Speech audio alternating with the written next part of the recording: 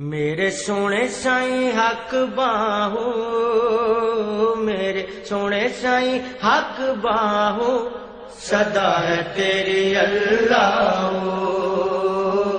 صدا ہے تیری اللہ، میرے سونے سائیں حق باہو، میرے سونے سائیں حق باہو، صدا ہے. أعوذ بالله من الشيطان الرجيم. بسم الله الرحمن الرحيم. لقد جاءكم رسول من أنفسكم عزيز عليه ما عنتم حريص عليكم بالمؤمنين رؤوف رحيم. فإن تولوا فقل حسبي الله لا إله إلا هو عليه توكلت وهو رب العرش العظيم. صدق الله مولانا العظيم وبلغ رسوله النبي الحبيب الكريم، ونحن على ذلك من الشاكرين والشاكرين والحمد لله رب العالمين. درود پڑھیے صلی اللہ علی محمد صلی اللہ علیہ وسلم صلی اللہ علی محمد صلی اللہ علیہ وسلم.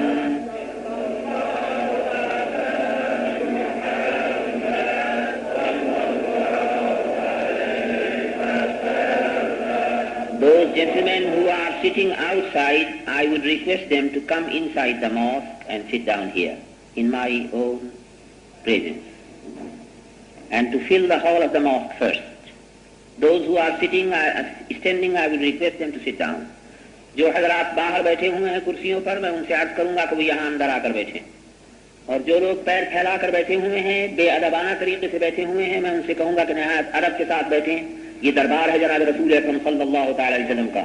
It is not an ordinary meeting. You should sit with complete manners, observe manners and sit with manners.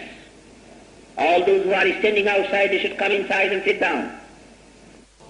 پیاری بہنوں، عزیز بھائیوں، انتہائی خوشی کا مقام ہے کہ اللہ تعالی جل شانہ و جل جلالہ نے ہم کو زندگی دی، تندرستی دی، عافیت دی، اور یہ رات نصیب فرمائی جس رات میں ہمارے پیارے محبوب سرکار محمد الرسول اللہ صلی اللہ علیہ وسلم اس دنیا میں تشریف لائے.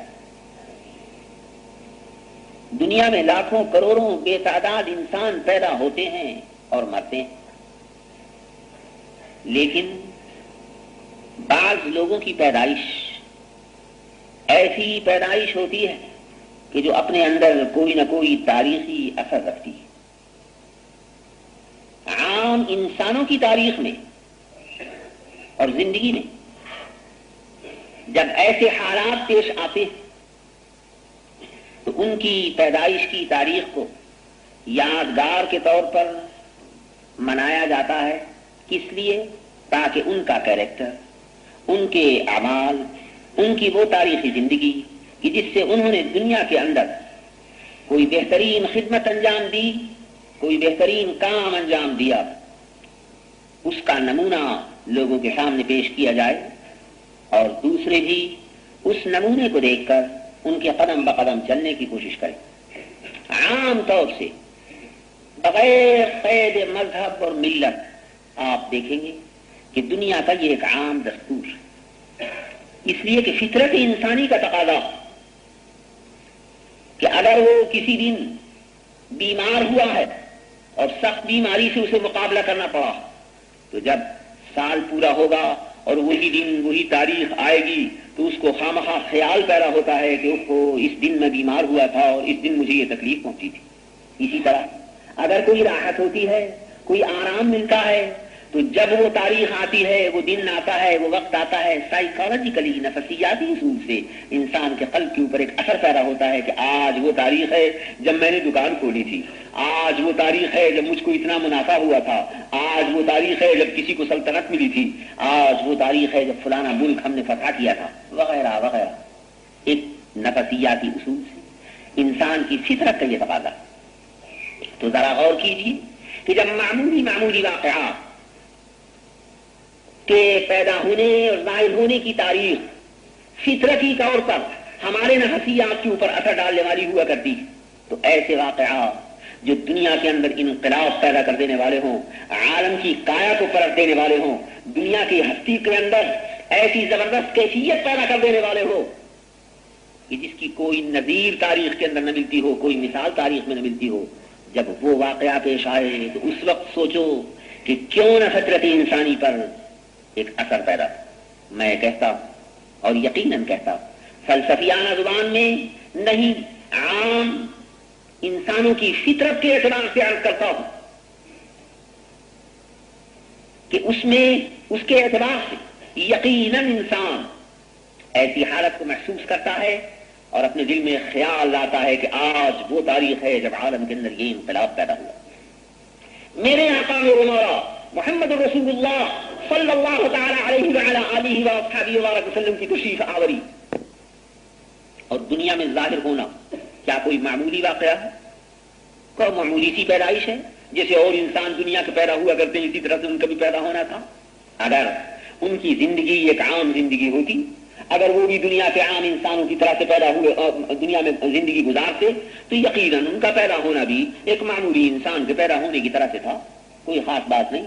ان کے اماں اور ابا اور ان کے دادا اور ان کے پردادا ان کے پیدا ہونے کی خوشی منا لیتے، سالگرہ کر لیتے، جیسے آپ اپنی اولاد کی کر لیا کرتے ہیں۔ لیکن ذات محمد رسول اللہ صلی اللہ تعالی علیہ وسلم نے دنیا میں آ کر وہ زبردست کام انجام دیا ہے کہ جس کو ان پر ایمان لانے والے، ان کے ماننے والے اور ان کے چاہنے والے ہی نہیں بلکہ جو ان کے دشمن ہیں وہ بھی پہچانتے ہیں اور مانتے ہیں کہ اس میں کوئی شک نہیں کہ محمد رسول اللہ صلی اللہ تعالی وسلم نے عالم کی کام پر دی ہے اور دنیا کے اندر ایک بڑا زبردست انقلاب ہے جو پیدا فرما دیا۔ کیا ہے وہ انقلاب اور کس طریقے سے وہ انقلاب پیدا ہوا؟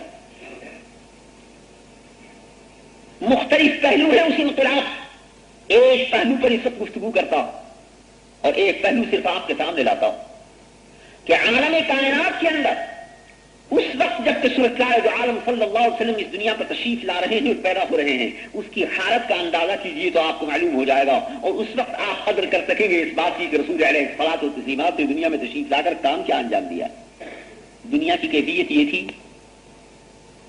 عام طور سے تمام انسانوں کی، ایک ملک نہیں بلکہ سارے ملکوں کی کیفیت یہ تھی کہ وہ خود اپنے آپ کو بھی نہیں جانتے تھے کہ ہم ہیں کون اور ہم کس لیے پیدا ہوئے ہیں۔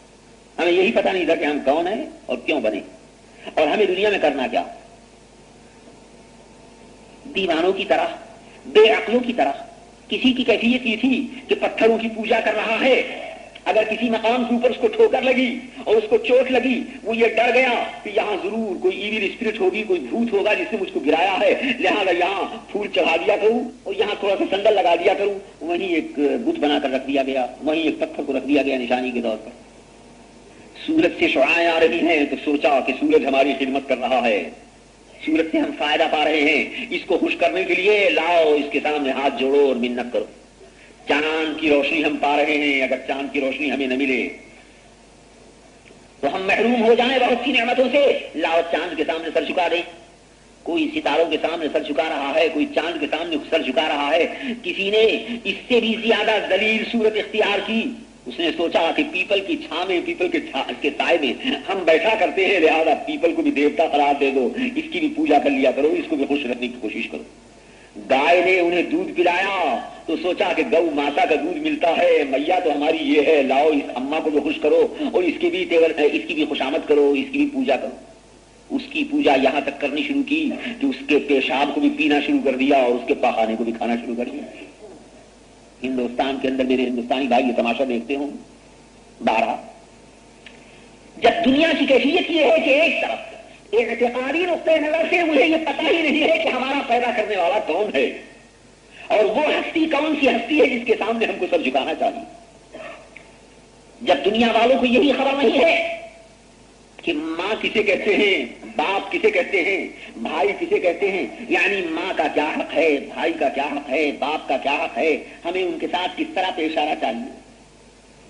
پھر انہیں اپنے متعلق بھی یہ خبر نہ تھی، اپنے متعلق بھی یہ خبر نہ تھی کہ ہمیں کیا کھانا کیا نہیں کھانا، کیا پینا کیا نہیں پینا، کیا کرنا کیا نہیں کرنا، ہم جو کام کر رہے ہیں اس کا نتیجہ آخر کیا ہوگا۔ جب دنیا اس قدر اندھیرے میں پڑی ہوئی ہے کہ کوئی ہادی، کوئی رہبر، کوئی بتانے والا پردہ عالم کے اوپر نہیں ہے کہ دنیا کے انسانوں کو یہ بتا دے کہ تم کون ہو اور تمہیں کیا کرنا. یہ ایک سوال تھا ہر ایک کے سامنے. تو ذرا غور کرنا کہ ایسی حالت میں جب دنیا کے انسان بالکل اندھوں کی طرح سے دیوانے ہو رہے ہیں اور انہیں کچھ پتہ ہی نہیں ہے کہ ہمیں کیا کرنا، اپنی ذاتی اغراض کے لیے، اپنے کھانے کے لیے، اپنے پینے کے لیے، اپنے پہننے کے لیے ایک دوسرے کو پھاڑ کھانے کے لیے تیار، ایک دوسرے کو لوٹنے کے لیے تیار، ایک دوسرے کو خون چوسنے کے لیے تیار. یہ حالت جب دنیا کی ہو رہی اس وقت مالک عالم جل جلالہ عم نوالہ کی غیرت حرکت میں آتی. اور جو انقلاب جناب رسول اکرم صلی اللہ علیہ وسلم دنیا میں کرتے ہیں، اس انقلاب کی کیفیت کو رب العالمین جل جلالہ عم نوالہ نے اپنے محبوب سرکار محمد رسول اللہ صلی اللہ علیہ وسلم کی زبانی کتنے خوبصورت الفاظ میں سنایا کہ رب العالمین نے حضرت سیدنا آدم علی نبینا علیہ الصلوۃ والسلام سے فرمایا کہ یا آدم لولا محمد لما خلقتك ولا ارضا ولا سماء. کہ آدم اگر مجھے محمد رسول اللہ کو بنانا مقصود نہ ہوتا تو نہ میں تمہیں بناتا، نہ زمین کو بناتا، نہ آسمان کو بناتا. تم نے ان عربی مولد کی کتابوں میں سنا ہوگا، اس حدیث کو بارہا پڑھا ہوگا کہ رب العالمین فرماتے ہیں لولاک لما خلقت الافلاق. یا رسول اللہ اگر ہم آپ کو نہ بناتے تو ہم افلاق کو نہ پیدا فرماتے، آسمانوں کو نہ پیدا فرماتے. آسمان بنے، زمین بنی، آدم بنے اور بنی آدم بنے، اور ان کا بنانے والا کہتا ہے کہ یا محمد صلی اللہ تعالی علیہ وسلم اگر آپ کا بنانا ہمیں مقصود نہ ہوتا تو ہم کسی چیز کو پیدا نہ فرماتے. یہ ایک ایسی چیز ہے جو اعتقادی نقطۂ نظر سے آپ میں سے جو ایمان رکھتے ہیں وہ فوراً مان لیں گے کہ ہاں جو اللہ نے کہا سچ اور جو رسول صلی اللہ علیہ وسلم نے فرمایا وہ بجا. لیکن ہمارے یہاں اس قسم کے اندھے اعتقاد کی تعلیم دی نہیں گئی. یہ عیسائیوں کو مبارک ہو کہ وہ دنیا سے کہے جائیں کہ بس جو یوحنا نے کہہ دیا مان لو، جو سینٹ ڈیوک نے کہہ دیا، لوقا نے کہہ دیا وہ مان لو. حالانکہ کوئی ثبوت اس بات کا کہ لوقا جو کہہ رہا ہے وہ سچ ہے، یوحنا جو کہہ رہا ہے وہ سچ ہے، اور یا یہ بھی کم سے کم کہ جو الفاظ یوحنا اور لوقا نقل کر رہے ہیں وہ الفاظ جناب مسیح علیہ نبینا علیہ الصلوۃ والسلام کے. پھر یہ بھی دیکھنا ہے کہ وہ کلمات جو مسیح علیہ السلام کی زبان سے نکلے ان کلمات کو کسی نے محفوظ بھی رکھا ہے نہیں رکھا. یہاں میرے آقا میرے مولا محمد رسول اللہ صلی اللہ علیہ وسلم کے لائے ہوئے دین میں جہاں آپ نے اور انقلاب فرمائے ہیں دنیا کے اندر، ایک زبردست انقلاب یہ بھی فرمایا کہ جو چیز بھی پیش کی جاتی ہے عقل کی کسوٹی پر اسے پرکھ کر دیکھ لو. ممکن ہے کہ آپ کسی مولوی صاحب سے پوچھیں اسی حدیث کو کہ صاحب لولاک لما خلقت الافلاق، آپ پڑھتے ہیں سناتے ہیں ہم کو مولوی شریف میں کہ یا رسول اللہ اگر آپ کو پیدا کرنا مقصود نہ ہوتا تو ہم افلاق کو پیدا نہ فرماتے. بھلا ہی کوئی بات نہیں، ہماری تو سمجھ میں نہیں آتا. تو ممکن ہے کہ مولوی صاحب آپ سے یوں فرما دیں کہ بس جی حضور نے فرمایا ہے ایمان لاؤ اس پر، کوئی شک نہیں ان کا فرمانا صحیح. آپ لیکن آپ کا پوچھنا بھی بجا. مجھے اس موقع پر ایک چھوٹا سا قصہ یاد آ گیا.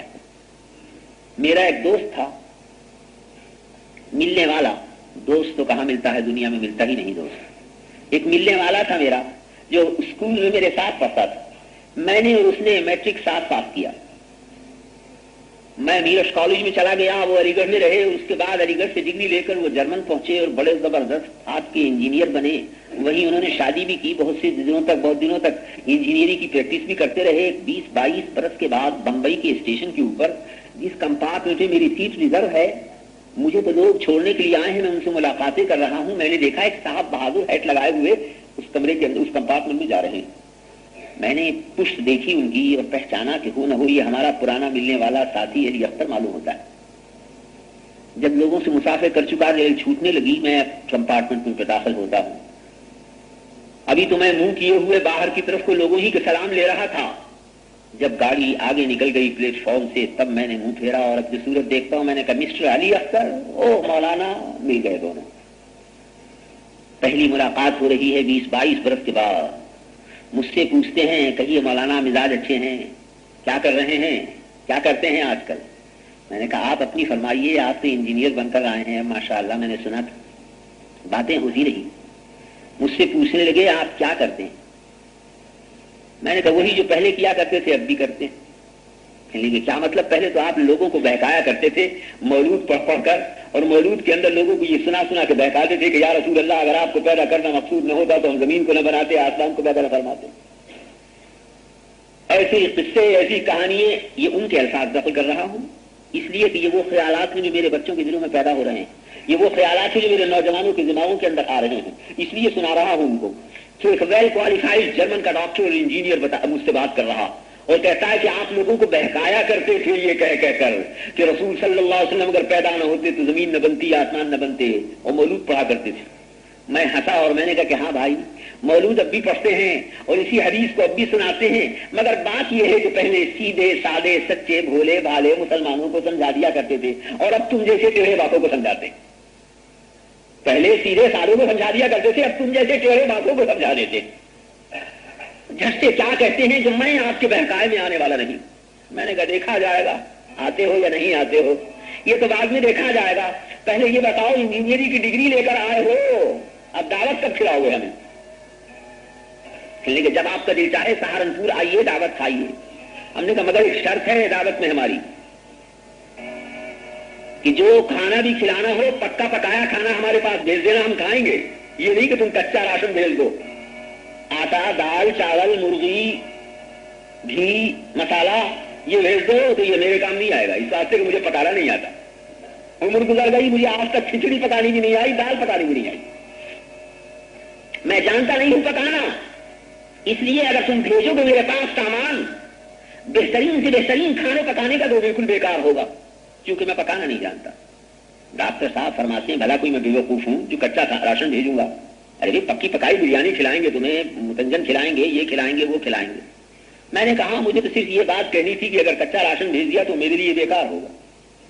ڈاکٹر صاحب باوجود اس کے کہ جرمنی سے پڑھ کر رہے ہیں مگر ابھی دماغ نہیں پہنچ سکا جہاں ملا عبدالرحیم کا دماغ پہنچ گیا. میں نے کہا قصہ سنائے میاں آپ کو. ایک مرتبہ ایسٹ افریقہ کے اندر ایک علاقے میں نے اپنے کچھ آدمیوں کو بھیجا تبلیغ کرنے کے واسطے. ایسٹ افریقہ کے علاقے میں کچھ مبلغین کو ہم نے بھیجا جو وہاں جا کر مولود پڑھتے تھے، تقویٰ جاتے تھے، ذکر الہی کرتے تھے اور ان ننگوں کو اپنے حلقے میں لانے کے واسطے کچھ تدبیریں کر رہے تھے.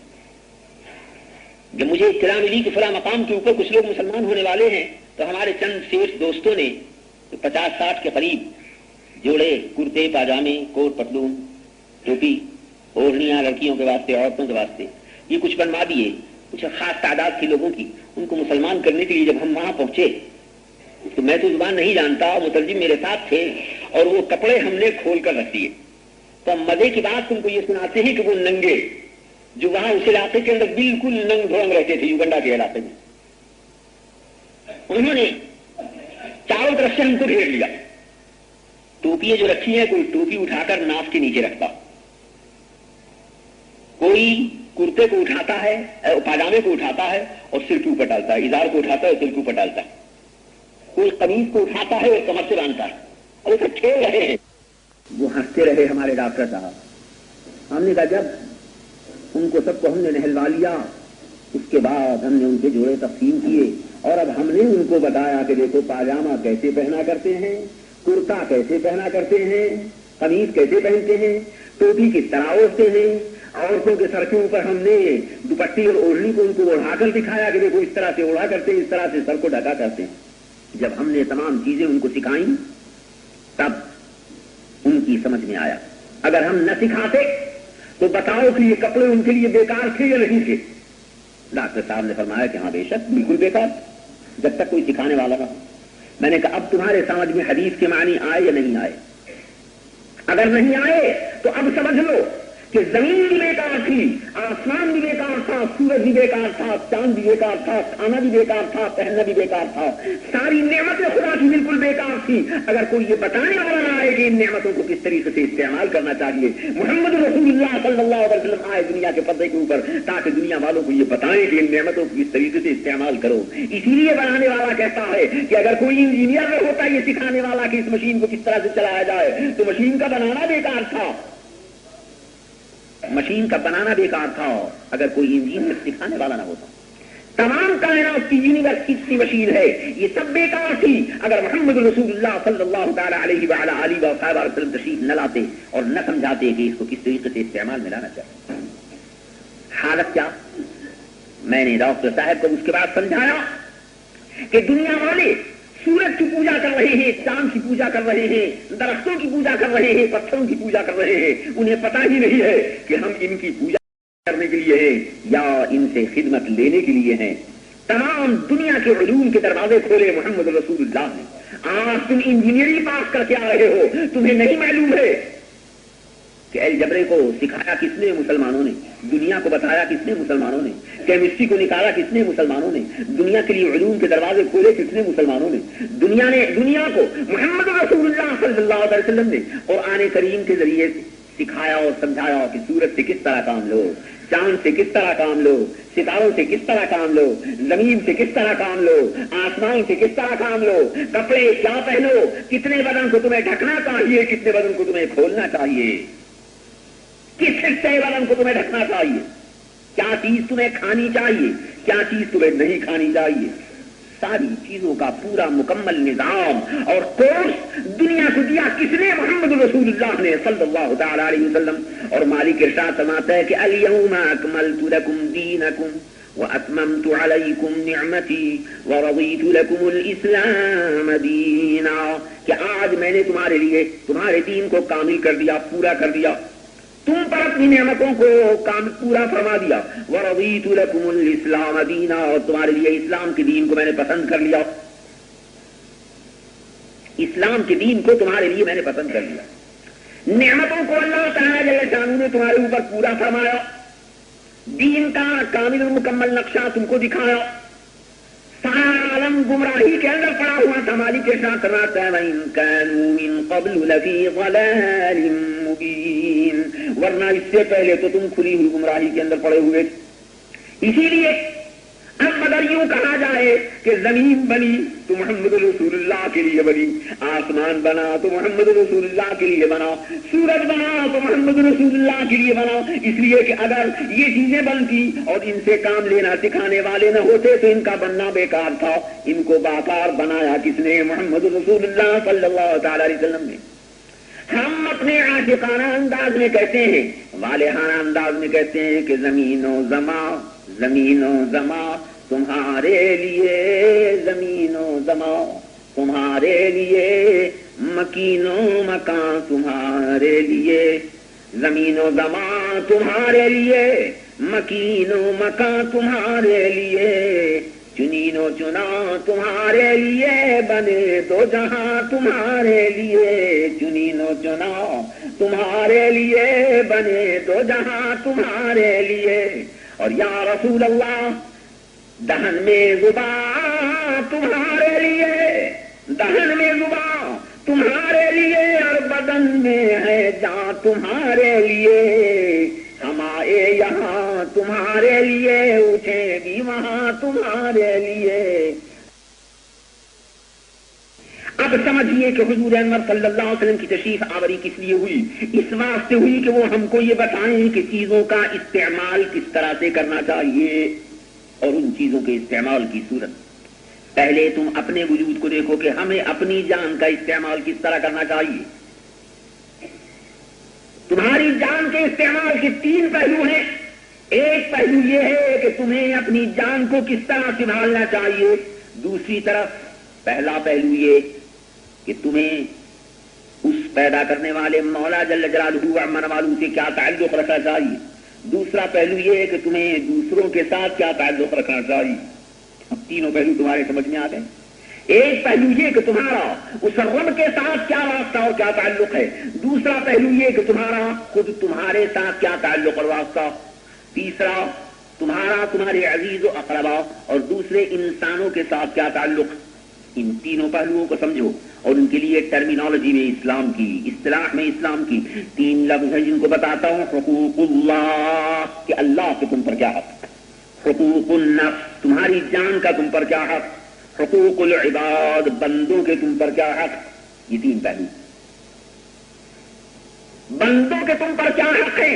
اسی کے اندر یہ چیز بھی آ جاتی ہے کہ زمین اور آسمان اور کائنات کے ذرے ذرے کا مجھ پر کیا حق ہے، مجھے ان سے کیا کام لینا چاہیے۔ ان تینوں پہلوؤں کے لیے دو شکلیں ہوا کرتی ہیں۔ ایک شکل یہ ہو کہ قانون کو بتا دیا جائے، کتاب کو پڑھا دیا جائے کہ تمہارے اوپر تمہارے پیدا کرنے والے کے یہ حقوق ہے، سمجھا دیا جائے دلیل کے ساتھ کہ یقیناً یہ حق ہونا چاہیے اس کا تمہارے اوپر۔ تم اپنی ذات کے لیے تمہارے حقوق کو سمجھا دیا جائے، کتاب میں لکھ کر قانون تمہیں دے دیا جائے۔ دوسروں کے حقوق کیا ہیں اس کے متعلق بھی اسی صورت سے کتاب میں ڈائریکشنز دے دیے جائیں۔ لیکن فطرت کا تقاضا کیا ہے، طبیعت کا تقاضا یہ ہے کہ صرف کتاب میں پڑھ کر کوئی بات سمجھ میں نہیں آتی، تا وقت کہ پریکٹیکل ماڈل کو نہ دیکھ لیا جائے، عملی نمونہ ہمارے سامنے موجود نہ ہو کہ کس طرح اس کو استعمال میں کر لانا۔ کتاب دیکھ لوں کہ مائکرو فون کو اس طرح فٹ کرنا، مشین کو اس طرح لگانا، مشین کو اس طرح چلانا، لیکن کیا کتاب کو دیکھ کر کوئی شخص موٹر کا ڈرائیور بن گیا؟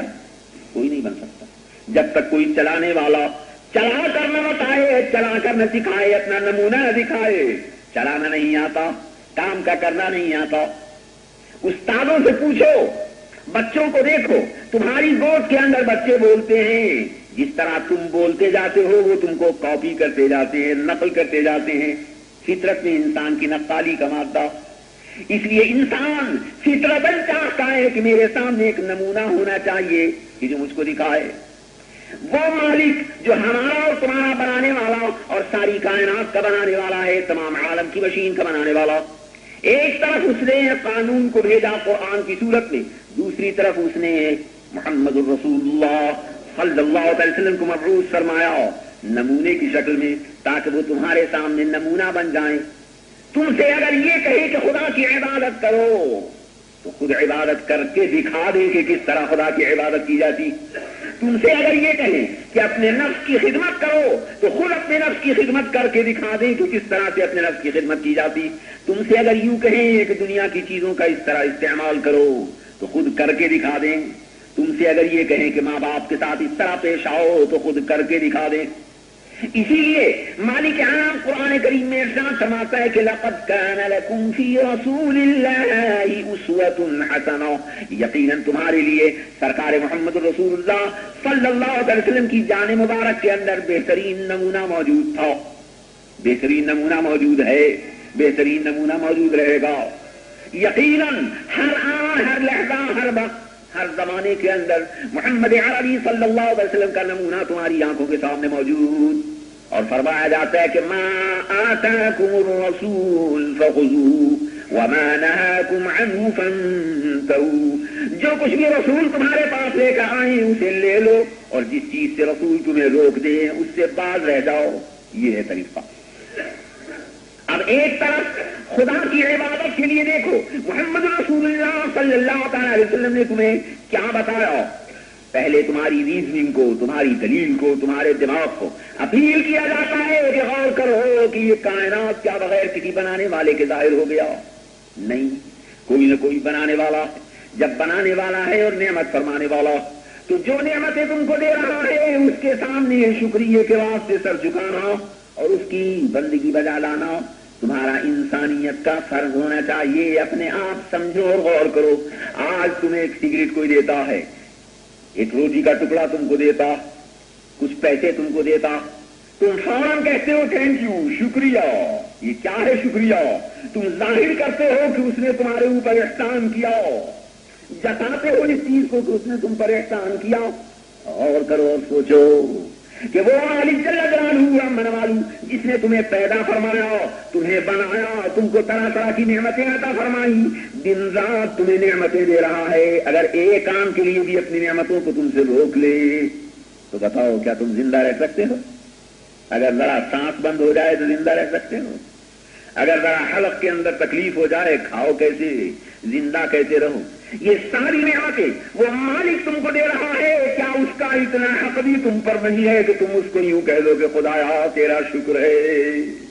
اس شکرانہ ادا کرنے کی ترکیب کیا ہے کہ 5 وقت کی نماز تمہارے اوپر مقرر فرما دی گئی، یہ ہے اللہ کا شکریہ ادا کرنے کی ترکیب۔ آج مجھے شرم آیا کرتی ہے، آپ لوگوں کو شرم آئے یا نہ آئے یہ آپ جانیں، لیکن مجھے شرم آیا کرتی ہے جب میں کسی سے کہتا ہوں کہ میاں نماز پڑھتے ہو یا نہیں، تو نہایت بے حیائی کے ساتھ جواب دیا جاتا ہے کہ صاحب کیا کہیں، کام کاج سے فرصت نہیں ملتی، کام کاج سے فرصت نہیں ملتی۔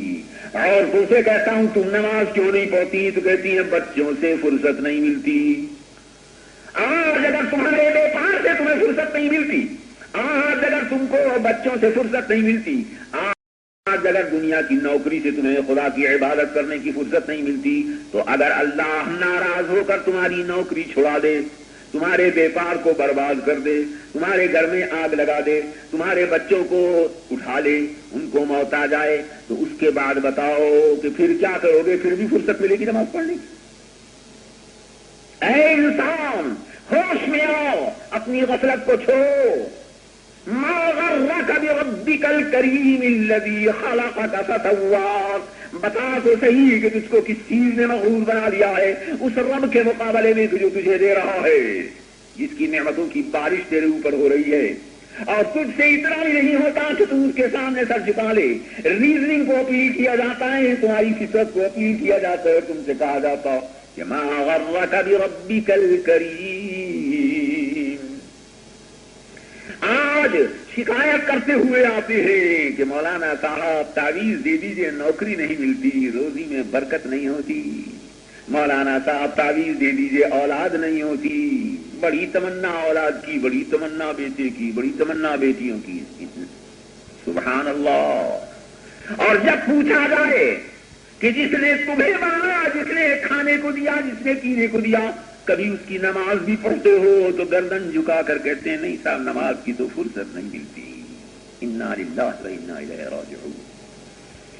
میرے آقا میرے مولا محمد رسول اللہ صلی اللہ تعالی علیہ وعلی آلہ وصحبہ وسلم جہاں ایک طرف تم کو یوں کہہ رہے ہیں کہ اللہ کی عبادت کرو، 5 وقت کی نماز تمہارے اوپر فرض کی جا رہی ہے اور اللہ کا حکم سنایا جا رہا ہے، وہاں پیارے محبوب کی یہ کیفیت ہے کہ ساری رات اللہ کی عبادت کے اندر کھڑے ہوئے ہیں، پائے مبارک سوج جاتے ہیں، آنکھوں سے آنسو جاری ہیں، اللہ کے سامنے رو رہے ہیں، اللہ کے سامنے گر گڑا رہے ہیں۔ صحابہ عرض کرتے ہیں کہ یا رسول اللہ آپ کے پاس تو گناہ ہے ہی نہیں، اور اگر آپ کے درجے کے، آپ کے سطح میں تو دوسروں کے گناہ معاف کیے جاتے ہیں، اگر کوئی بات ہوگی تو مالک ارشاد فرماتا ہے کہ ہم نے تو آپ کے اگلے اور پچھلے سب گناہ، سب چیزیں معاف فرما دی، آپ اتنی عبادت کیوں کرتے؟ تو کیا پیارا جواب دیتے ہیں جناب رسول اکرم صلی اللہ علیہ وسلم، کیا فلا اکون عبدا شکورا، کیا میں اپنے کا شکر گزار بندہ نہ بنوں؟ یہ عبادت کا نمونہ دکھاتے ہیں کہ تم کو تمہارے رب کے سامنے کس طرح پیش آنا چاہیے، کہ تم اپنے آپ کو اس مولا کے ہاتھ میں دے دو، اپنی زندگی کو اس خدا کے لیے سمجھو، تمہاری زندگی ان کاموں کے لیے نہیں ہے جن کو تم کر رہے ہو، تمہاری زندگی اللہ کے لیے ہے، اللہ کے سامنے سر جھکاؤ، اسلام کے احکام کو قبول کرو، اور جس طریقے سے وہ رب تمہیں چلائے اس پر چلو۔ سب سے بڑا تعویذ روزی میں برکت کا، جو عزیمت لینے کے لیے آتے ہیں، جو حضرات میں ان سے عرض کر دیا کرتا ہوں کہ قرآن میں دیکھو سب سے بڑا تعویذ رب العالمین جل جلالہ فرماتا ہے کہ لئن شکرتم لأزیدنکم وَلَئِن كَفَرْتُمْ إِنَّ عَذَابِي لَشَدِيدٌ، اگر تم میرا شکریہ ادا کرو گے تو میں اپنی نعمتوں کو زیادہ کروں گا، اور اگر تم کفران نعمت کرو گے تو میں اپنی نعمتوں کو تم سے چھین لوں گا، اور میرا عذاب بہت ہی سخت ہے۔ اب سمجھ میں آ گیا تمہارے مطلب؟ روزی میں برکت کی کیا صورت؟ اللہ کا شکریہ ادا کرو، جس قدر بھی کہ تم اللہ کا شکریہ ادا کرتے جاؤ گے اسی قدر اللہ کی نعمتیں تمہارے اوپر زیادہ ہوتی چلی جائیں گی۔ تو میرے محبوب صلی اللہ علیہ وسلم کی کیفیت یہ کہ تمہیں اور ہمیں تو حکم دیا جاتا ہے کہ رمضان میں روزے رکھو، اور خود میرے پیارے محبوب کی یہ کیفیت ہے کہ روزے پر روزے رکھتے چلے جا رہے ہیں، افطار ہی نہیں فرماتے۔ ہم اور تم افطار کے مکلف کیے گئے کہ شام ہو جائے، غروب آفتاب ہو جائے تو افطار کر لو، اور محبوب دو جہاں صلی اللہ علیہ وسلم افطار بھی نہیں فرماتے۔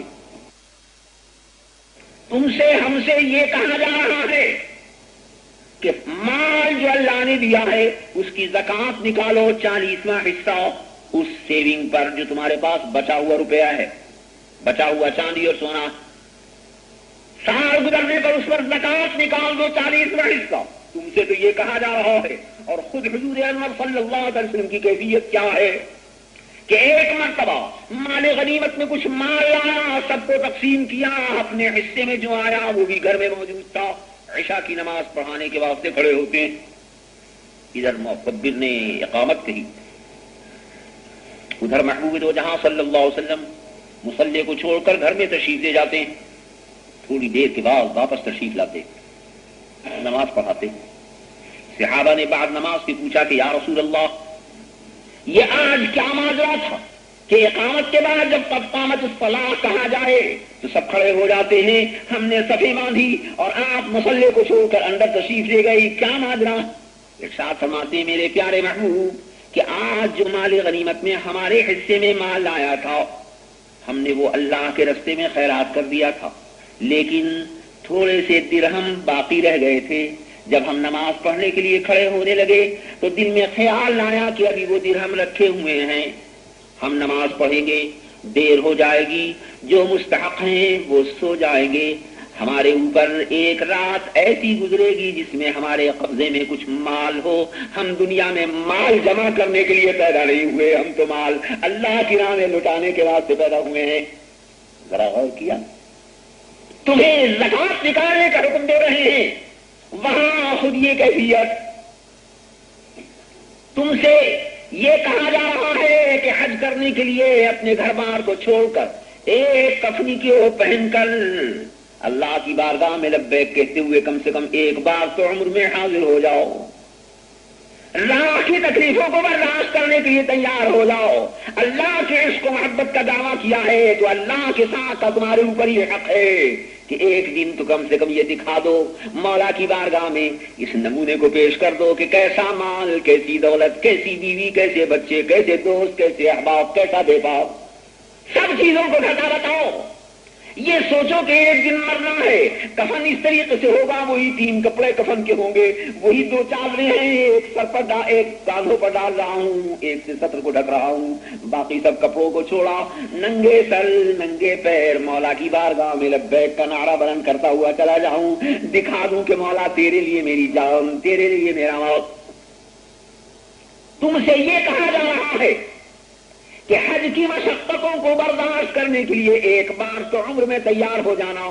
خود میرے آقا میرے مولا محمد رسول اللہ صلی اللہ علیہ وسلم جو نمونہ دکھاتے ہیں وہ یہ کہ پیٹ پر شکم مبارک پر پتھر بنے ہوئے ہیں، روزے پر روزہ رکھ رہے ہیں.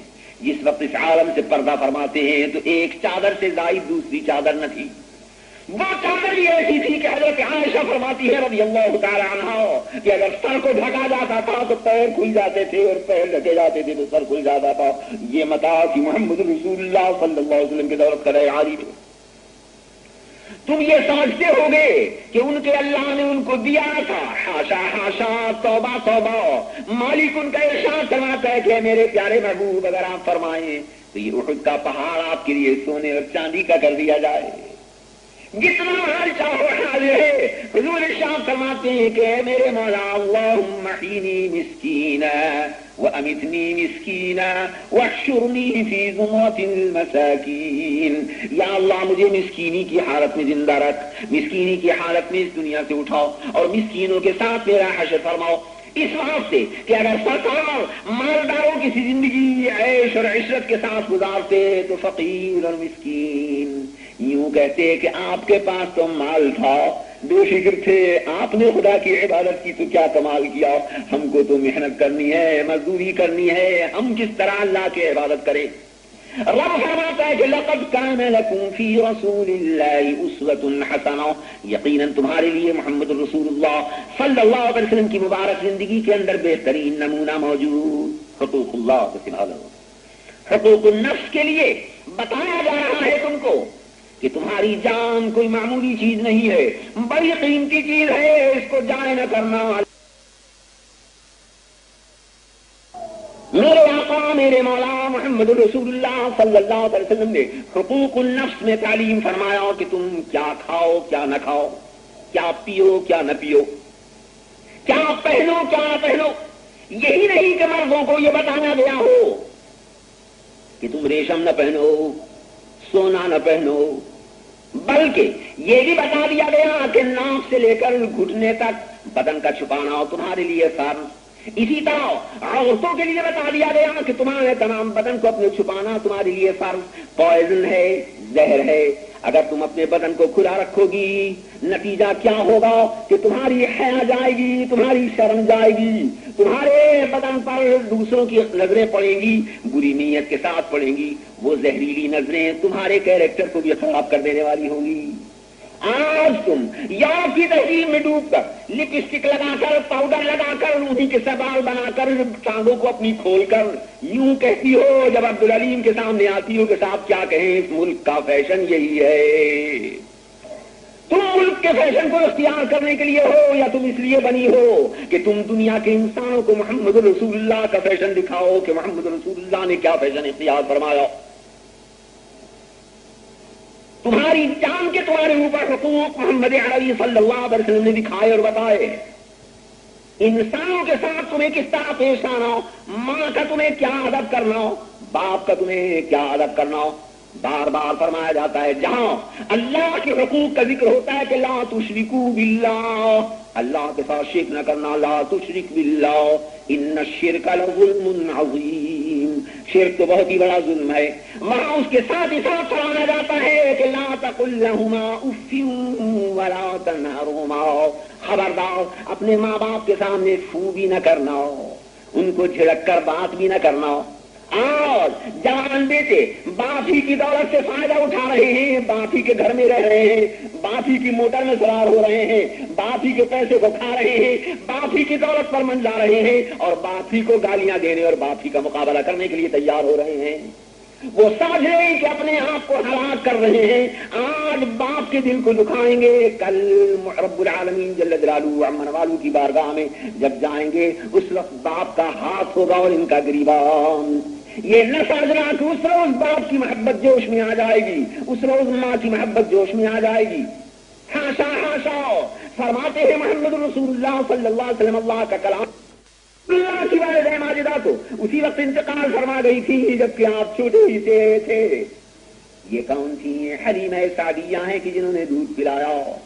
جب دودھ پلانے والی ماں کے ساتھ محمد رسول اللہ کا یہ معاملہ ہے تو اصلی ماں کے ساتھ ان کا کیا معاملہ ہوگا ذرا یہاں سے اندازہ کر لو.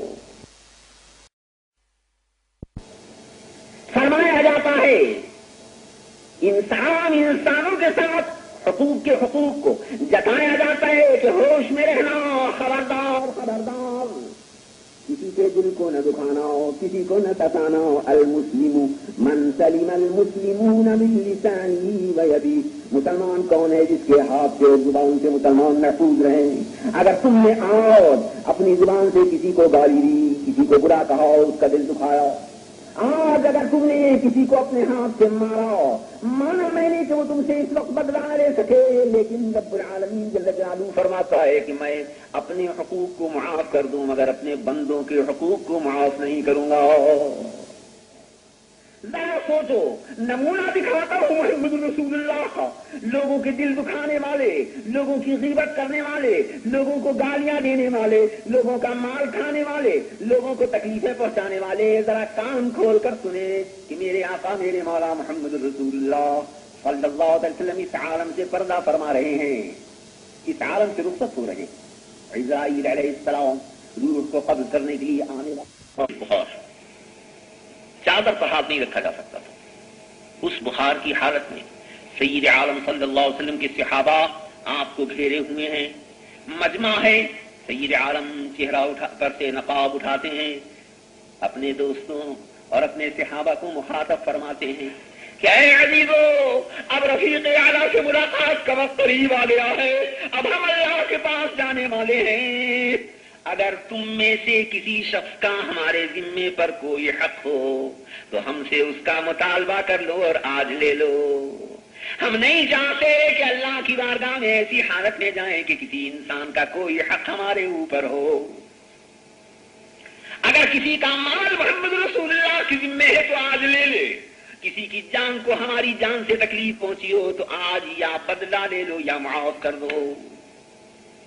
صحابہ سنتے ہیں اور عرض کرتے ہیں کہ یا رسول اللہ، ہم آپ کے حقوق کو ادا نہ کر سکے، آپ پر ہمارا کیا حق ہو سکتا ہے؟ آپ تو یتیموں کی خبر لینے والے، آپ بے کسوں کے والی، آپ بے کسوں کے مولا، آپ نے نہ کسی کو ستایا نہ کسی کا دل دکھایا۔ ایک صحابی آتے ہیں آگے اور عرض کرتے ہیں کہ یا رسول اللہ، ایک مرتبہ آپ نے لکڑی میری کمر پر ماری تھی۔ حضور انور صلی اللہ علیہ وسلم چہرے مبارک کو اٹھاتے ہیں اور فرماتے ہیں کہ اگر میں نے تمہاری کمر پر لکڑی ماری تو یا تم مجھے معاف کر دو، ورنہ محمد رسول اللہ کی کمر موجود ہے، بدلہ لے لو لکڑی کا۔ میں اللہ کی بارگاہ میں ایسی حالت میں نہیں جانا چاہتا کہ میرے ذمے کسی انسان کا کوئی حق ہو۔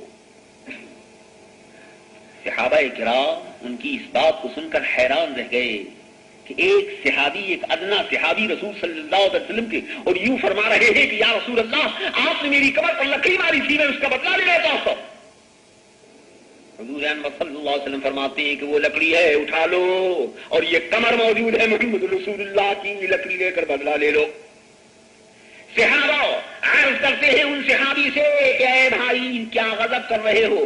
ایک لکڑی کے بجائے 1000 لکڑیاں ہماری کمر میں مار لو، لیکن محمد رسول اللہ سے بدلہ لینے کی کیا مانی؟ وہ خاموش، جواب نہیں دیتے۔ حضور انور صلی اللہ علیہ وسلم فرماتے ہیں، اٹھ کر بیٹھ جاتے ہیں اور فرماتے ہیں جلدی کرو جلدی کرو، اس لیے کہ رفیق اعلیٰ سے ملاقات کا وقت قریب آ گیا، خدا کی بارگاہ میں جانے کا وقت قریب آ گیا ہے، جلدی کرو جلدی کرو۔ وہ صحابی عرض کرتے ہیں کہ یا رسول اللہ، جس وقت آپ نے میرے لکڑی ماری تھی اس وقت میری کمر پر کپڑا نہ تھا، میری کمر ننگی تھی، آپ کی کمر کے اوپر تو چادر پڑی ہوئی ہے۔ جزاء سیئۃ سیئۃ مثلھا، برائی کا بدلہ برائی ہے اس کی برابر، اسی کے جیسا۔ میری کمر پر کپڑا نہ تھا جب آپ کی لکڑی لگی تھی، آپ کی کمر پر چادر پڑی ہوئی ہے، میں بدلہ کس طرح لوں؟ محبوب دو جہاں صلی اللہ علیہ وسلم فوراً اپنی مبارک پشت سے، مبارک کمر سے چادر کو ہٹا دیتے ہیں اور فرماتے ہیں کہ جلدی آؤ بدلہ لے لو۔ لکڑی ہاتھ میں لیے ہوئے ہیں وہ صحابی، پیٹھ کی پیچھے آتے ہیں محمد رسول اللہ صلی اللہ تعالی علیہ وسلم کے۔ صحابہ لرز رہے ہیں کہ عرش الہی بھی اگر لرز جائے تو بجا ہے کہ آج محمد رسول اللہ کا ایک صحابی بدلہ لینے کے لیے لکڑی کو ہاتھ میں لیے ہوئے اس کے پیچھے کھڑا ہوا ہے، زمین نہ رہ جائے، صحابہ گھبرا رہے ہیں، لیکن ذرا شان دیکھو نمونے کی محمد رسول اللہ صلی اللہ تعالی وسلم کے۔ ایک کمر مبارک کو کھولے ہوئے فرماتے کہ جلدی کرو بدلہ لے لو اس لکڑی کا جو محمد رسول اللہ کے ہاتھ سے تمہاری کمر میں لگی تھی۔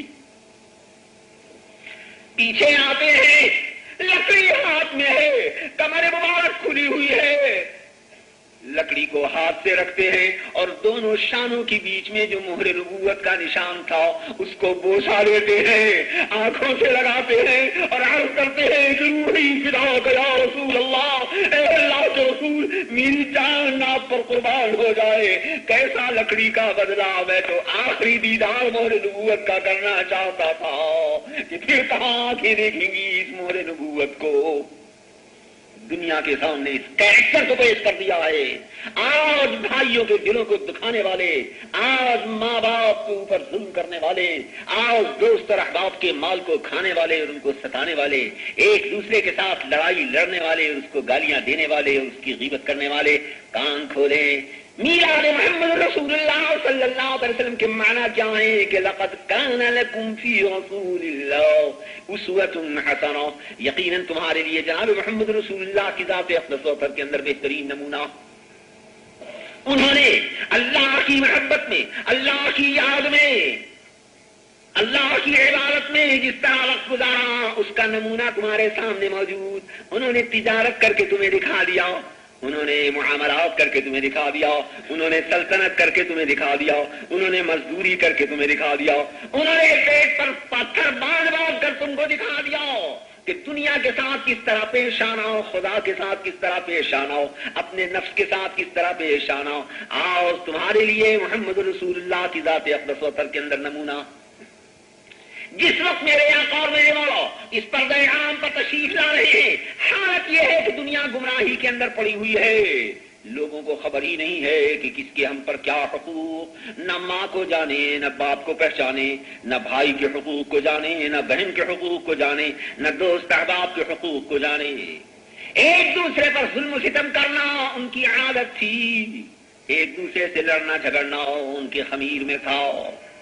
اس طرح دنیا میں کوہرام مچا ہوا ہے۔ جب اس طریقے سے عالم میں کوہرام مچا ہوا ہے کہ کوئی خطہ بھی زمین کا ایسا باقی نہیں جہاں خدا وحدہ لا شریک کا نام لینے والے اور خدا کی پوجا کرنے والے پائے جاتے ہوں، اس وقت غیرت الہی حرکت میں آتی ہے، اور آقا عالم محمد رسول اللہ صلی اللہ تعالی علیہ وعلی آلہ وصحبہ بارک وسلم جو ارشاد فرماتے ہیں کہ مجھ کو میرے مالک نے سب سے پہلے پیدا فرمایا۔ ارشاد فرماتے ہیں کہ انا من نور اللہ والخلق كلهم من نوری، میں اللہ کے نور سے بنا ہوں اور ساری کائنات میرے نور سے بنی۔ وہ نور محمد رسول اللہ صلی اللہ علیہ وسلم جو سب سے پہلے پیدا ہوا، جس کے لیے حضور ارشاد فرماتے ہیں کہ اول ما خلق اللہ نوری، سب سے پہلے اللہ نے جس چیز کو پیدا فرمایا وہ میرا نور تھا۔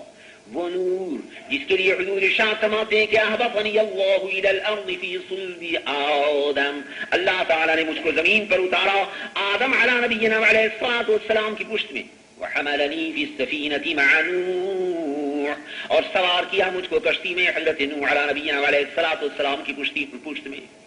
یعنی جس وقت نوح علیہ السلام ہدایت خلق کے لیے آتے ہیں، لوگ ان کا کہنا نہیں مانتے، حضرت نوح بددعا فرماتے ہیں دنیا ہلاک ہو رہی ہے، اس وقت نور مقدس محمد رسول اللہ حضرت نوح علیہ السلام کی پیشانی کی پشت مبارک موجود۔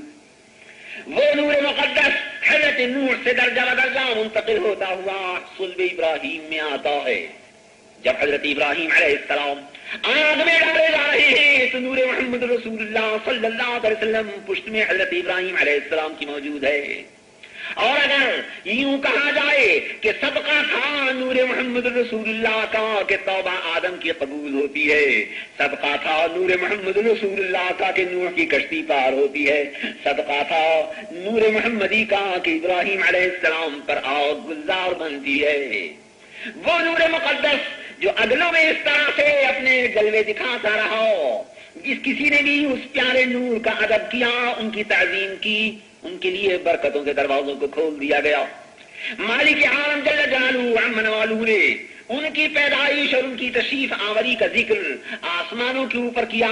آج آپ محفل میلاد محمدی، عید میلاد مصطفی منانے کے لیے اس مقام کے اوپر آپ نے اجتماع کیا ہے۔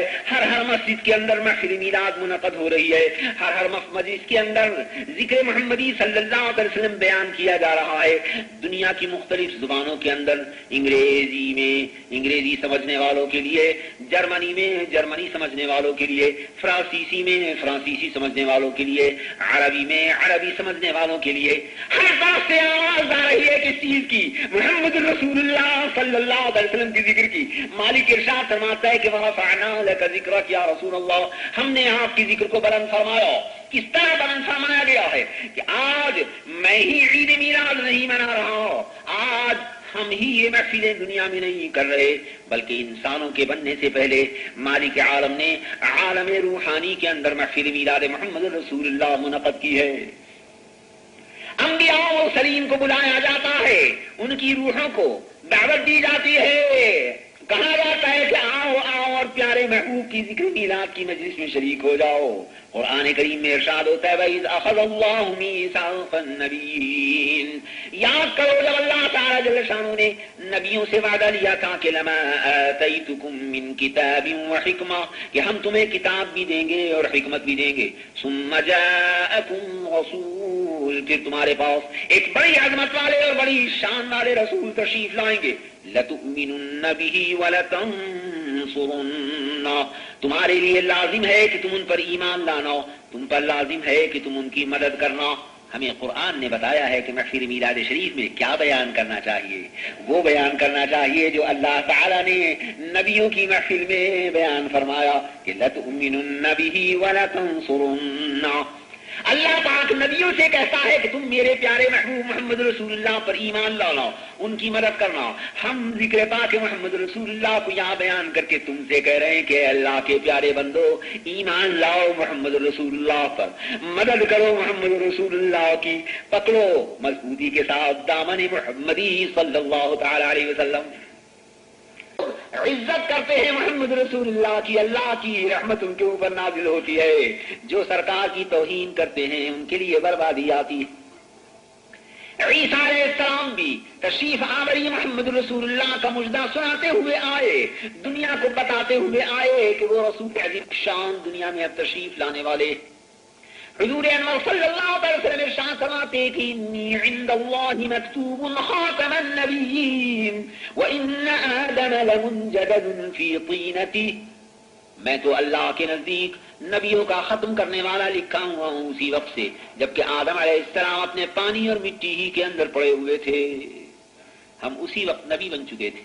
فرماتے ہیں کہ انا دعاء ابراہیم، میں دعا ہوں ابراہیم علیہ السلام کی، وبشارت عیسیٰ اور بشارت ہوں عیسیٰ علیہ السلام کی، ورؤیا امی التي رأت حين وضعتنی، اور میں تعبیر ہوں ان خوابوں کی جو میری والدہ ماجدہ نے میری پیدائش سے پہلے دیکھے اور نبیوں کی مائیں اسی صورت سے دیکھا کرتی ہیں. کیا خواب تھے کہ ہر مہینے میں کوئی نہ کوئی آنے والا آتا ہے اور خواب کے اندر حضرت آمنہ خاتون آپ کی والدہ ماجدہ کو بشارت دیتا ہے کہ اے آمنہ مبارک ہو تم کو کہ تمہارے پیٹ سے پیدا ہونے والے ہیں دونوں جہان کے تاجدار، جب وہ پیدا ہو تو ان کا نام نامی رکھنا محمد الرسول اللہ. کہنے والے عاشق اسی واقعے کو بیان فرماتے ہیں کہ ملائک آمنہ خاتون کو مجدہ سناتے ہیں، ابو القاسم محمد مصطفیٰ تشریف لاتے ہیں، ابو القاسم محمد مصطفیٰ تشریف لاتے ہیں. فرشتے منتظر ہیں آمنہ خاتون کے گھر میں کہ اب حضرت جمال حق نما اپنا دکھاتے ہیں، کہ اب حضرت جمال حق نما اپنا دکھاتے ہیں. اور حرم سے تاب ملک شام روشن ہے زمین اکثر کہ دار الملک جن کا شام ہے وہ شاہ آتے ہیں. اگر کعبے کی دیواریں کریں سجدہ عجب کیا ہے کہ مصداق دعائے حضرت ابراہیم آتے ہیں. اور یہ محفل میلاد ہے، آداب سے آ کر سنو اخلاص سے ذکر رسول اللہ سناتے ہیں. 8ویں 9ویں 10ویں یا 12ویں تاریخ ہے ربیع الاول شریف کی کہ حضرت آمنہ خاتون کے بطن مبارک سے صورت جسمانی کو اختیار فرما کر دونوں جہان کے تاجدار حضرت محمد رسول اللہ صلی اللہ علیہ وسلم تشریف لاتے ہیں. ولد الحبیب ومثلہ لا یولد، ولد الحبیب وخده يتمرد، ولد الحبیب مكحلا ومطیبا والنور من وجناته يتبقد. جبريل نادى في منصة حسنه هذا مديح الكون هذا أحمد. يا عاشقين تولوا في حبه هذا ختام المرسلين محمد. صلوا عليه بكورة وعشية ألف الصلاة مع السلام مزيدوا. ملائکہ مقربین حوران بہشتی دربار محمدی صلی اللہ علیہ وسلم میں ادب کے ساتھ سلام کو پیش کرتے ہیں. مالک عالم ہمیں تمہیں بھی حکم دے رہا ہے اور یوں کہتا ہے کہ اللہ تعالی رحمت بھیجتا ہے، فرشتے رحمت لے کر آتے ہیں. اے ایمان والو تم بھی انہی پر درود بھیجو، ان پر سلام بھیجو. اب تک بیٹھے بیٹھے درود سلام پڑھتے رہے، اب ادب کے ساتھ دربار محمدی کے اندر توجہ کرتے ہوئے کھڑے ہو جاؤ، یہ سمجھتے ہوئے کہ ہم سلام عرض کرتے ہیں اور حضور سن رہے ہیں. اور ادب کے ساتھ سلام عرض کرو دربار محمدی صلی اللہ علیہ وسلم میں. سلام علیکہ یا رسول، سلام علیکہ یا حبیب، سلام علیکہ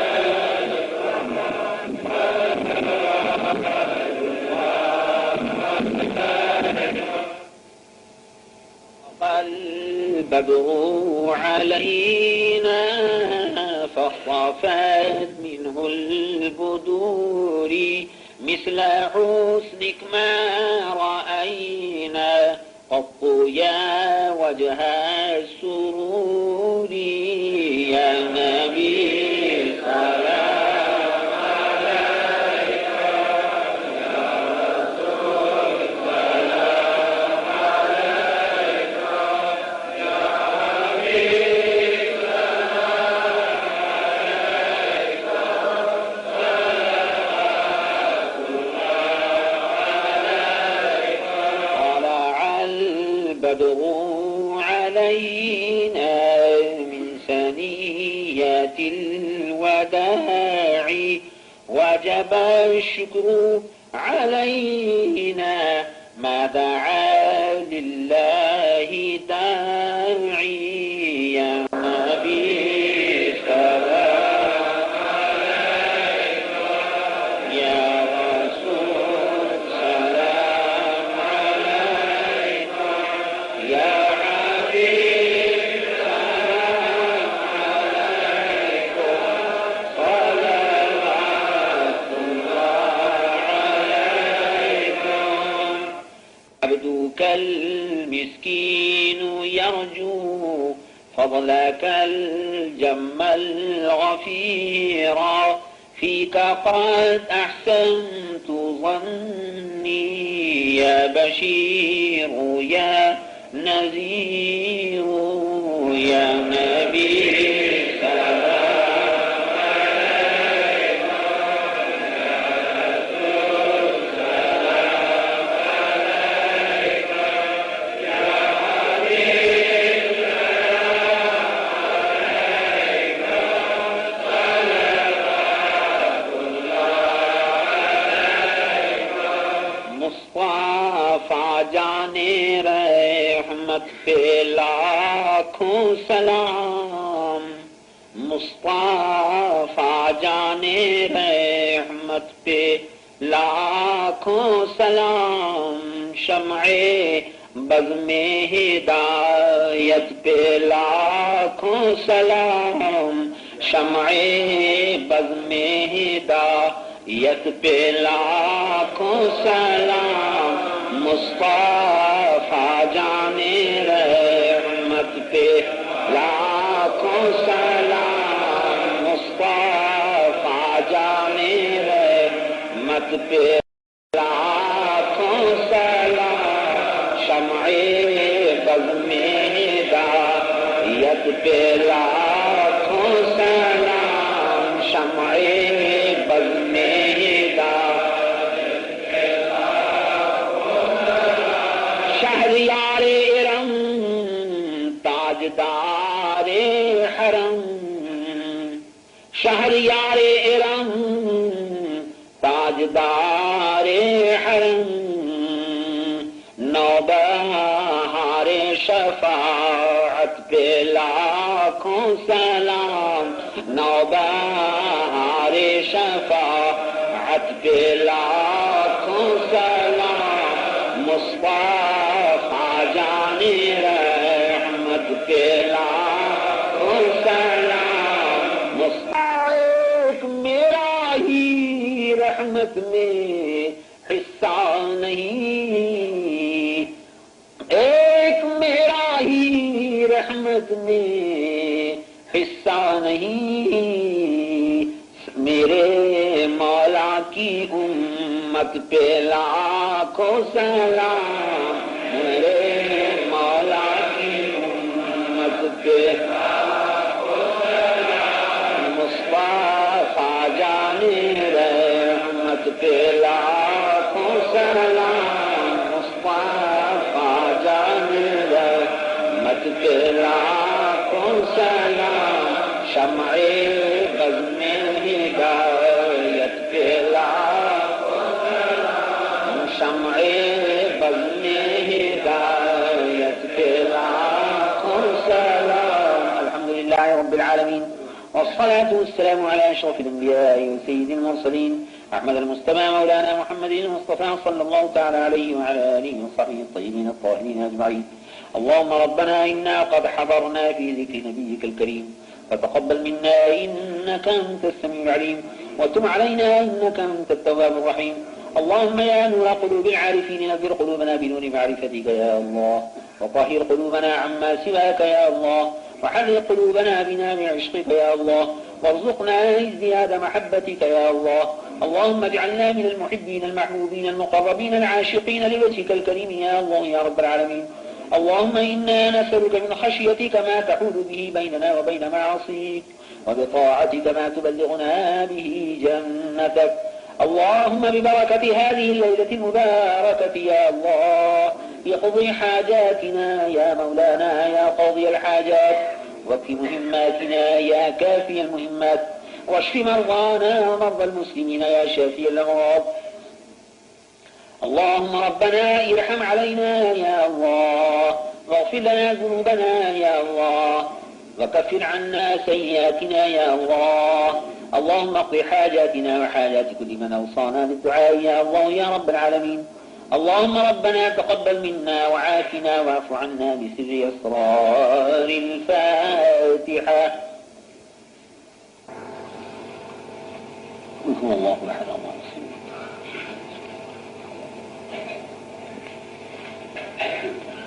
إن الله وملائكته يصلون على النبي يا أيها الذين آمنوا صلوا عليه وسلموا تسليما.